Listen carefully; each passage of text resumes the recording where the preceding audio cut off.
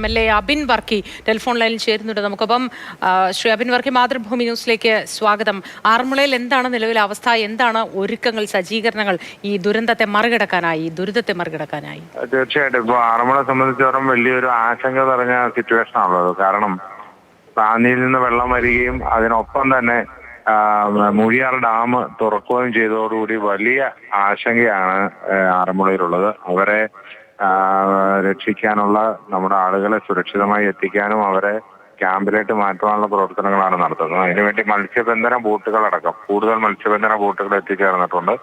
NDRFന്റെ പുതിയ ഒരു സംഘം ഇവിടെ എത്തിച്ചേർന്നിട്ടുണ്ട്. അങ്ങനെ ആളുകളെ എങ്ങനെ മാക്സിമം ക്യാമ്പിലേക്ക് എത്തിക്കാമെന്നുള്ളതിനെ പറ്റിയാണ് ഇപ്പോൾ ചിന്തിക്കുന്നത്. കാരണം ഒരു 3-4 മണിക്കൂർ കഴിയുമ്പോൾ മൂഴിയാർ ഡാം തുറന്നു വിട്ടാൽ അതിന്റെ വെള്ളം വരികയും കൂടുതൽ വെള്ളം പൊങ്ങുകയും ചെയ്യും. ആറന്മുളയെ സംബന്ധിച്ചിടത്തോളം വെള്ളം ഓൾറെഡി ഇവിടെ ഉണ്ടായിരുന്നു. അത് ഇറങ്ങാൻ 2 ദിവസം എടുക്കുമായിരുന്നു. പക്ഷെ അതിന്റെ മുകളിലേക്ക് ഈ വെള്ളം കൂടെ വരുമ്പോൾ ഒരു ഗുരുതരമായ സാഹചര്യത്തിലൂടെയാണ് പോകുന്നത്. അത് നേരിടാൻ തയ്യാറായിട്ടുള്ള ക്രമീകരണങ്ങളെല്ലാം ചെയ്തുകൊണ്ടിരിക്കുകയാണ്.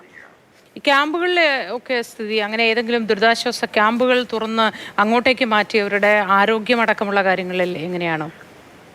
ക്യാമ്പുകൾ ഏതാണ്ട് 20-ലധികം ക്യാമ്പുകൾ ആറന്മുളയിൽ പ്രവർത്തിക്കുന്നുണ്ട്. അതൊക്കെ സജ്ജീകരിച്ച് എല്ലാം കൃത്യമായിട്ടാണ് പോകുന്നത്. കൂടുതൽ ക്യാമ്പുകൾ തുറക്കേണ്ടി വരും. അത് കൂടുതൽ ക്യാമ്പുകൾ തുറക്കാനും സജ്ജമാണ്. ക്യാമ്പുകളിൽ എല്ലാ വിധത്തിലുള്ള സൗകര്യങ്ങളും സജ്ജീകരണങ്ങളും ഒക്കെ കൊടുത്തിട്ടുണ്ട്. എല്ലാം സ്മൂത്തായിട്ടാണ് പോകുന്നത്. ഇപ്പോൾ നമ്മുടെ പ്രധാനപ്പെട്ട ഫോക്കസ് ഈ കുടുങ്ങിക്കിടക്കുന്നവരെ, 1-ാം നിലയിലൊക്കെ കുടുങ്ങിക്കിടക്കുന്നവരുണ്ട്, വെള്ളം താഴുമെന്നോർത്ത്. പക്ഷെ അവര് വെള്ളം താണില്ല എന്ന് മാത്രമല്ല, വീണ്ടും വരാൻ സാധ്യതയുണ്ടെന്ന് പറയുമ്പോൾ അവരെ രക്ഷിച്ചെടുക്കുക, അവരെ രക്ഷിച്ച് സുരക്ഷിത സ്ഥാനങ്ങളിലേക്ക് മാറ്റുക എന്നുള്ളതാണ് പ്രധാനപ്പെട്ട ഉദ്ദേശം. ശരി, വളരെ നന്ദി ശ്രീ അബിൻ വർക്കി. ഒപ്പം ചേർന്ന്